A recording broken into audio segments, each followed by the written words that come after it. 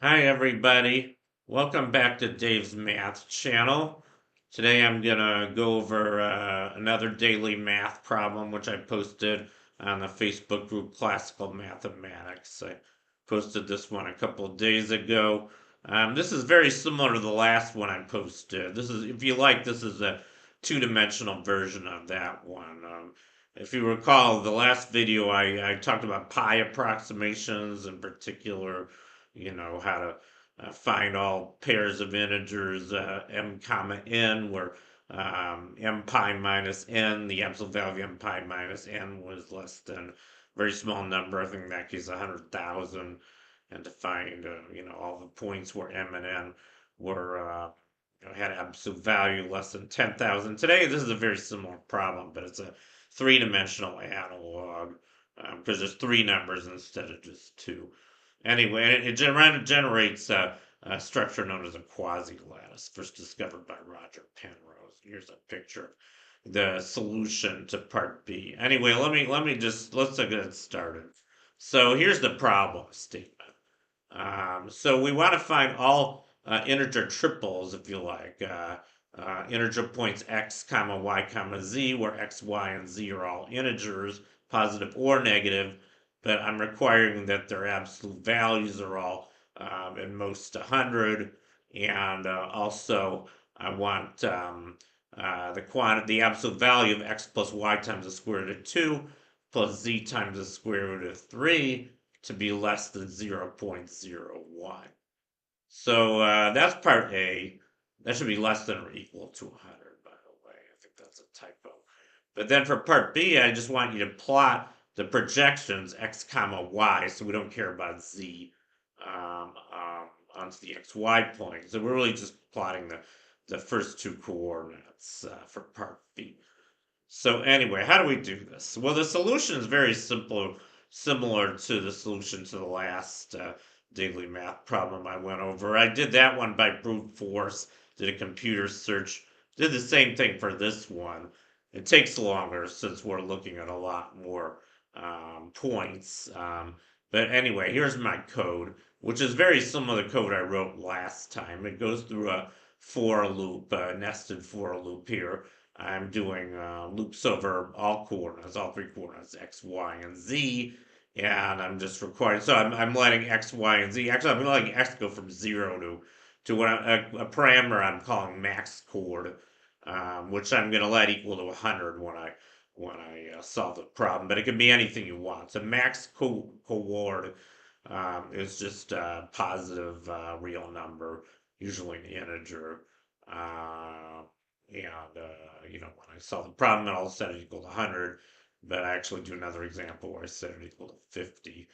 Um, and then there's also four other parameters here. There's alpha, beta, gamma, and epsilon. And those are just the generators of this three-dimensional structure. So what we're doing in general here is we're looking for solutions to the equation absolute value of alpha x plus beta y plus gamma z is less than or equal to is less than or equal to epsilon, where epsilon's a small number. I'm going to set epsilon equals 0.01 because that's what the problem asks for.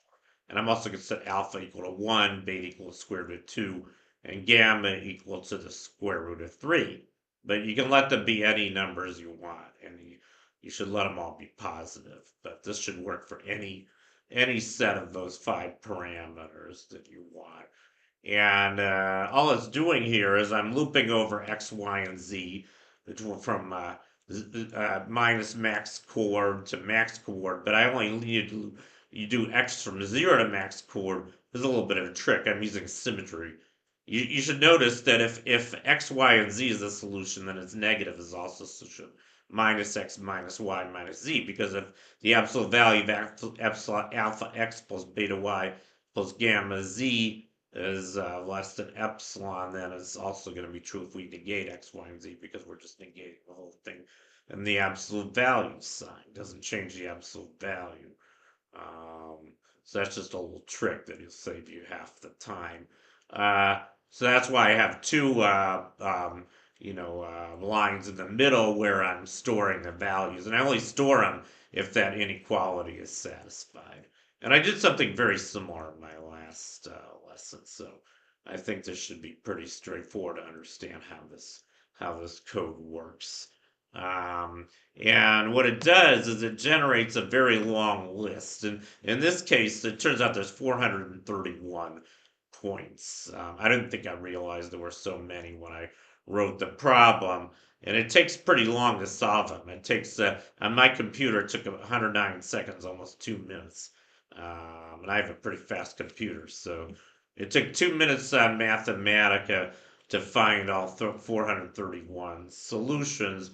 And this isn't even all of them. In this table, I show the solutions you get where max coord is 50 rather than 100. And even in that case, you get 113 points. And I just list them all here. I list X in the first column, Y in the second column, and Z in the third column. And I think you'll notice that these all come in pairs where the second element of each pair is the negative of the first, except for the very first triple, which is 0, 0, 0.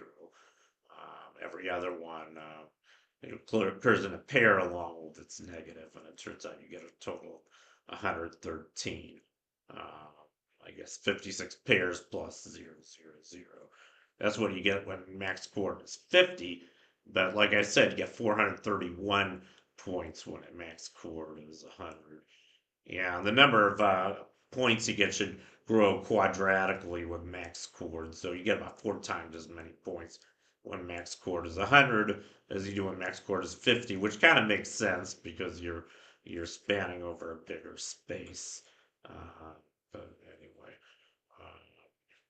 anyway, so now that's part A. In part B, I asked for plot, and that you can do very easily in Mathematica. There's a function called list plot. So I made an array here, which I called points. Points was my array that had the all the coordinates x comma y comma z, but we only care about the projection x comma y. So I actually looked at all three projections. I looked at the YZ, the XZ, and the XY. The third one I did was XY. I called it points 3. And then I just graphed them. And, I just have to use one command to do that, list plot. And I got this nice graph here. And you can see there's a very obvious pattern to these points. It's not a repeating pattern, interestingly. It's what's known as a quasilattice, not a lattice. A lattice is a set of points that has translational symmetry in both the x and y directions. Exact translational symmetry. It has something called a fundamental region, like a crystal, but this doesn't. But it comes arbitrarily close. And the first person who discovered such a structure was a very famous mathematician and physicist. You probably heard of him, Roger Penrose. He discovered what was called the Penrose tiling. I'll just show a picture of that. I'll finish by showing a picture of the Penrose tiling. This is a pretty well-known quasi-lattice. He discovered this in 1974, and it's a beautiful one, I think, because it has five-fold symmetry, and it's generated by two rhombuses, fat rhombuses and thin rhombuses. And if I'm not mistaken, I think you can generate it by using the appropriate values of alpha, beta, and gamma. Probably alpha is 1, beta is the golden ratio, and gamma may be the reciprocal of the golden ratio. I'm not sure if that'll do it, but something like that should generate the Penrose tiling. And I just drew the points here. But if we connect these with line segments, you would get something that looks sort of similar. I don't think it would look anywhere as beautiful as this, but you would probably see two different rhombuses in this pattern. And I think you always get just two rhombuses, no matter what values of alpha, beta, gamma, and epsilon you use. I'm not sure about that, but this is a way to generate quasi-lattices. I just thought I'd finish with that. So anyway, that completes my video for today. So thank you for watching. Long live math, and I'll see you guys next time. Bye.